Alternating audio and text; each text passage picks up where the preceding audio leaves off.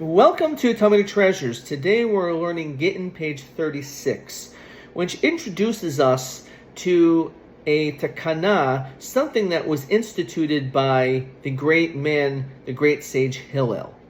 Now the Torah tells us that every 7 years we have a sabbatical or shemitah year. And on that year, a person is not allowed to work their fields. All the fruit is considered to be ownerless. In addition to that, there's also something in which in Hebrew is called Shmitas Ksafim. Namely, if there is a loan, then that loan will be canceled. So if, for example, I owe you $1,000, and all of a sudden the sabbatical year comes, the Shemitah year comes, technically I no longer have to pay you. Now, if I'm allowed to pay you anyway, this is something which is discussed in the Talmud here. But we are, according to the Torah, not allowed to ask you for the money back once the sabbatical year took place. Now you can imagine that could be problematic because a lot of people simply are not going to give out loans. If you know that, let's say, the Shemitah year is coming up in a year or two, are you going to give someone an extended loan which they are not going to have to pay you back for a long period of time? Maybe, but probably not. Because if you do that, that individual will never pay you back, which means you literally lost your money. Now, the Torah specifically says you're not allowed to have that attitude, and you're supposed to give them this money as a loan. But just talking about human nature, we can understand this is a difficult thing to ask. And therefore, Hillel instituted something called a pruzbol.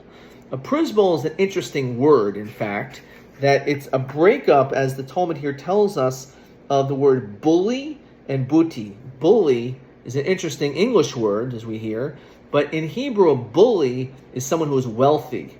It's wondering if there's a connection. And buti is someone who is poor. So there's this document to help people who are rich and also to, of course, help the people that are poor. That if you have this special document, it will cause that no longer is the loan going to be canceled and you can collect it even after the sabbatical year. Exactly how that works is discussed on these pages of the Talmud. But we see from here the importance that Hillel recognized when it comes to the economy. We know that the reason why there could potentially be a recession is there's not a lot of money in circulation. And the reason why that could take place is banks could end up saying, I don't want to give out loans. And that is something which certainly could take place as well when a person looks at a loan and the interest rates are extremely high. So there's a lot of different potential things that could take place when it comes to lending money in this day and age, which has a direct effect on the overall economy. And that was probably something in which Hillel considered as well, because he recognized that if people are not giving out loans, then that means businesses will not be created, and probably that would include not being able to hire more people to run those businesses. So in order to sustain the economy, Hillel recognized this importance.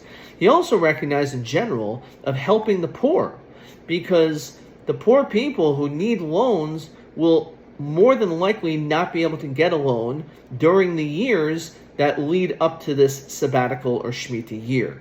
And therefore, because of this, Hillel recognized the importance of running and sustaining a healthy economy to make sure that loans were readily available.